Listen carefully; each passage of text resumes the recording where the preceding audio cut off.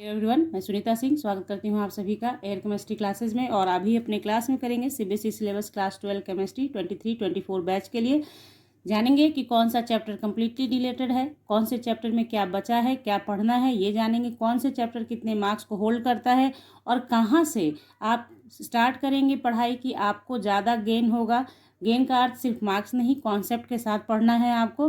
Concept कहाँ से अच्छा बनेगा आपका, ताकि आप पूरे साल बचा है, अभी 12th क्लास में आप जाएंगे 11th से, तो पूरे साल में अगर आप अच्छे से अभी से पढ़ाई स्टार्ट कर देते हैं स्ट्रैटेजी के साथ, प्लानिंग के साथ, तो अंत समय में, जैसे जिस समय आप, अंत समय का मतलब मेरा है कि जब एग्जामिनेशन का टाइम आता है तो उसमें बहुत परेशानी होने लगती है, तो वो परेशानी आपको बिल्कुल भी नहीं होगी। 100% गारंटी है इस बात की।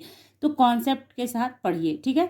तो चलिए स्टार्ट करते हैं क्लास। और क्लास जैसे ही आपको अच्छी लगने लगे वैसे ही आप इसको लाइक करेंगे, कमेंट करेंगे और मोटिवेट करेंगे, ताकि वीडियोस बनाने में इंटरेस्ट बना रहे हर वक्त। और जल्दी से अपने ग्रुप में शेयर कर लेंगे ताकि सारे बच्चे इससे अवेयर हो सके कि कहाँ से कैसे पढ़ाई स्टार्ट करनी है। क्योंकि जब आप नए क्लास में जाते हो तो सबसे पहला सवाल आपके दिल दिमाग में यही आता है कि स्टार्ट कहाँ से करूँ, पहले चैप्टर से, बीच से या लास्ट से, कहाँ से। ओके, तो चलिए इन्हीं सारे सवालों का जवाब मैं आपको दूंगी। तो फटाक से आप देख लो कि यहाँ पे ये जो चैप्टर्स हैं 10 चैप्टर्स रह गए हैं आप लोग को पढ़ने के लिए। ये जो 10 चैप्टर्स है सॉल्यूशन से स्टार्ट होगा, सॉल्यूशन से स्टार्ट होता हुआ बायोमोलिक्यूल्स पे ख़त्म हो जाएगा। तो यहाँ पे 10 चैप्टर्स आपको पढ़ना है। क्लियर। मार्क्स यहाँ पे मैंने लिख रखा है सबका, ऑप्टेंट कितना मार्क्स करेगा। सॉल्यूशन से 7 मार्क्स मिलेगा। इलेक्ट्रोकेमिस्ट्री से आपको 9 मार्क्स मिल रहा है इस बारी, और केमिकल काइनेटिक्स से 7 मार्क्स मिल रहा है। ओवरऑल 23 मार्क्स है। और आप सभी को पता है कि ये तीनों चैप्टर्स जो आपके हैं, ये जो 3 चैप्टर्स हैं वो क्या हैं आपके, फिजिकल केमिस्ट्री हैं। ये क्या हैं 3 चैप्टर आपके, फिजिकल केमिस्ट्री हैं। इनको आप ऐसे लिख के रख सकते हो समझने के लिए, फिजिकल केमिस्ट्री। इसमें आपको न्यूमेरिकल प्रॉब्लम भी आएगा। फिजिकल केमिस्ट्री है, बहुत मार्क्स ऑप्टेंट कराता है आपको, बहुत मतलब 23 मार्क्स का है तो 23 मार्क्स ही देगा। ऐसा नहीं है कि 24 हो जाएगा या 25, लेकिन बहुत अच्छा होता है। जैसे मैथमेटिकल है तो उसमें गलती होने की संभावना आपको, मतलब मार्क्स कटने की संभावना कम होती है। आप सभी को पता है कि थ्योरी में मार्क्स थोड़ा बहुत इधर उधर हो सकता है, लेकिन अगर मैथमेटिकल टर्म है उसको आपने सही सही बना दिया तो पूरा पूरा मार्क्स आपको आता ही आता है। तो फिजिकल केमिस्ट्री से 23 मार्क्स आएगा, जिसमें से आप देख रहे हैं कि सबसे ज़्यादा स्कोरर कौन है, इलेक्ट्रोकेमिस्ट्री है। इसलिए सबसे पहले इलेक्ट्रोकेमिस्ट्री को आप चाहेंगे पढ़ना। अभी ये समझिए आप कि सबसे ज़्यादा स्कोरर कौन है, इलेक्ट्रोकेमिस्ट्री है। तो फिजिकल केमिस्ट्री से 23 मार्क्स हो गया आपका। D and F block element से और कोऑर्डिनेशन कंपाउंड, इन दोनों को मिलाकर 7 मार्क्स है, यानी 14 मार्क्स आ रहा है आपको। और ये दोनों चैप्टर जो आता है वो इनऑर्गेनिक केमिस्ट्री के रेंज में है, इनऑर्गेनिक केमिस्ट्री है आपका। तो इनऑर्गेनिक केमिस्ट्री के अंदर क्लास 12 में बस इतना ही पढ़ने को छोड़ दिया गया है। मतलब ये जब जब पैंडमिक आया था उस टाइम जब डिलीटेड किया गया चैप्टर्स को, तो वो आज भी कैरी फॉरवर्ड किया जा रहा है। लेकिन क्या किया गया है वो आपको बताऊंगी आगे। देखिए यहाँ पे 6 नंबर से स्टार्ट हो जाता है हेलो अल्केन्स, हेलो अरीन्स, और 10 तक में जो भी आप देख रहे हैं ना, वो सब के सब ऑर्गेनिक केमिस्ट्री का ही पार्ट है, ऑर्गेनिक केमिस्ट्री ही है, ठीक है ना।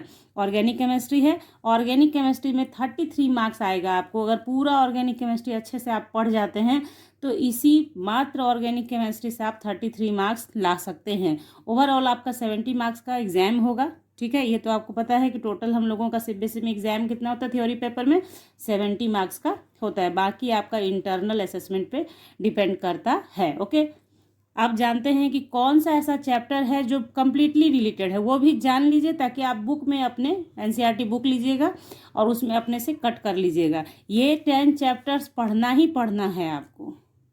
तो यहाँ देखिए कम्प्लीटली रिलेटेड चैप्टर में है सॉलिड स्टेट, एकदम बिल्कुल नहीं छूना है आपको। सरफेस केमिस्ट्री बिल्कुल नहीं छूना है। सरफेस केमिस्ट्री सिर्फ थ्योरी पेपर था, थ्योरी बहुत इसमें रहता था, तो ये आपको नहीं पढ़ना है एकदम। आपका कोई दिक्कत नहीं, कोई परेशानी नहीं। ये general principles and processes of isolation elements, ये आपको क्लास 10th के अंदर भी है, इसलिए इसको डिलीट कर दिया गया है कम्प्लीटली। जब पैंडेमिक के टाइम इसको डिलीट किया गया तो फिर से सिलेबस में इसको ऐड ही नहीं किया गया है। दिमाग से भी इसको हटा दीजिए, ये नहीं पढ़ना है आपको। पी ब्लॉक एलिमेंट्स भी नहीं पढ़ना है, पॉलीमर्स भी नहीं पढ़ना है, और केमिस्ट्री इन एवरीडे लाइफ भी आपको नहीं पढ़ना है। कोई मेहनत नहीं है। ये 6 चैप्टर्स आपके डिलीटेड चैप्टर्स में से हैं। तो आपने देखा सिलेबस बहुत कम गया है आपका, 6 चैप्टर्स बिल्कुल ही नहीं पढ़ना है, कोई फजीहत नहीं है, कोई मुश्किल नहीं है, ठीक है। तो चलिए ये आपने देख लिया कि ये चैप्टर्स डिलीटेड है, तो आप अपनी बुक में फटाक से क्या करना, सॉलिड स्टेट के आगे कट मार्क, सरफेस केमिस्ट्री के आगे कट मार्क, ऐसे करके लगा लेना। Okay, clear. अब आइए ये बताऊंगी मैं आपको कि ये आपने जान लिया इतना पढ़ना, कहाँ से स्टार्ट करें, है ना, कहाँ से स्टार्ट करें। तो देखिए सबसे पहले क्लास 11th पास होके ये आप क्लास 12 में जाएंगे, यानी कि आपने क्लास 11th में अपना बेस अच्छा कर रखा है।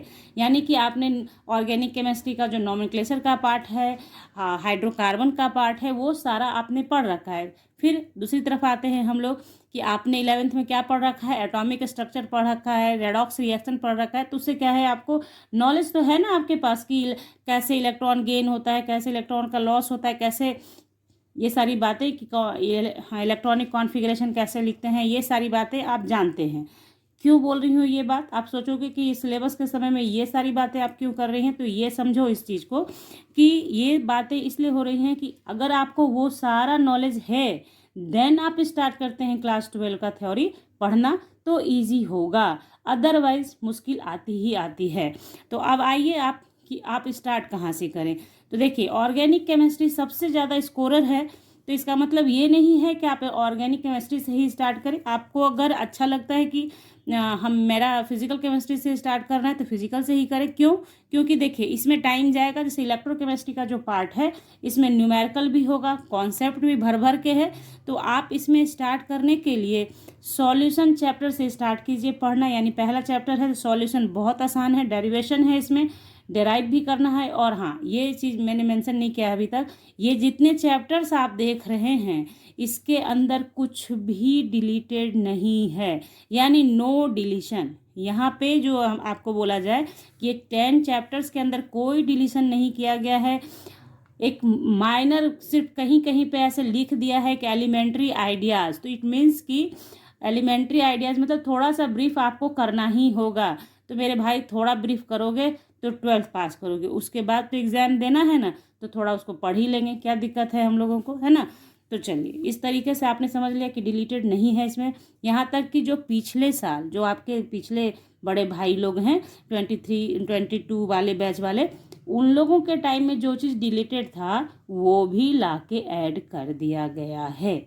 यानी कि चैप्टर्स के अंदर से पिछले साल जो हम लोगों ने बताया था कि ये डिलीटेड है, ये डिलीटेड है, ये डिलीटेड है, इस बार वो सारी बातें नहीं बतानी है क्योंकि कुछ भी डिलीटेड नहीं है, सभी चीज़ों को ऐड ऑन कर दिया गया है। क्लियर, समझ गए आप, सारी बातें समझ गए आप।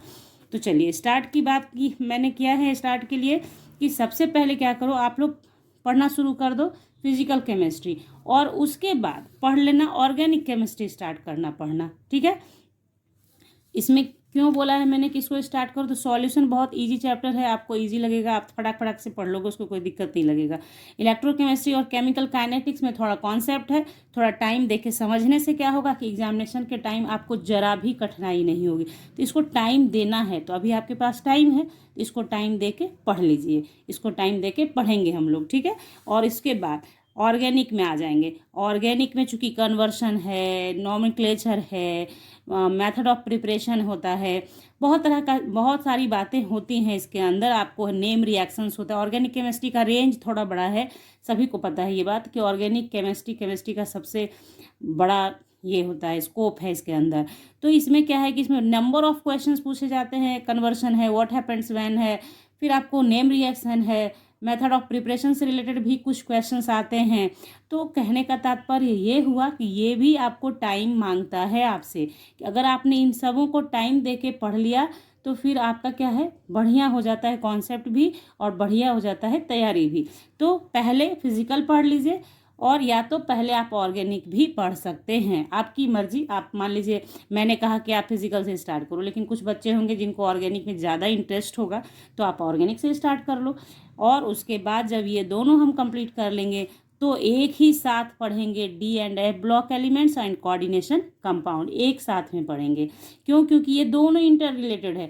आपने अगर इसको अच्छे से पढ़ लिया तब इसको पढ़ेंगे। और ये बता दूं कि इस बारी कोऑर्डिनेशन कंपाउंड के अंदर सारा कुछ पढ़ना है, मतलब आइसोमेरिज्म, इसका नॉमेनक्लेचर तो पहले भी पढ़ना था, इसका आइसोमेरिज्म भी पढ़ना है। वीवीटी इसके अंदर भी आता है, केमिकल जैसा आपने पढ़ा है ना 11th में केमिकल बॉन्डिंग के अंदर, जस्ट लाइक दैट वैसे ही यहाँ पे सारा थ्योरी पढ़ना है, हाइब्रिडाइजेशन वगैरह सब पढ़ना है।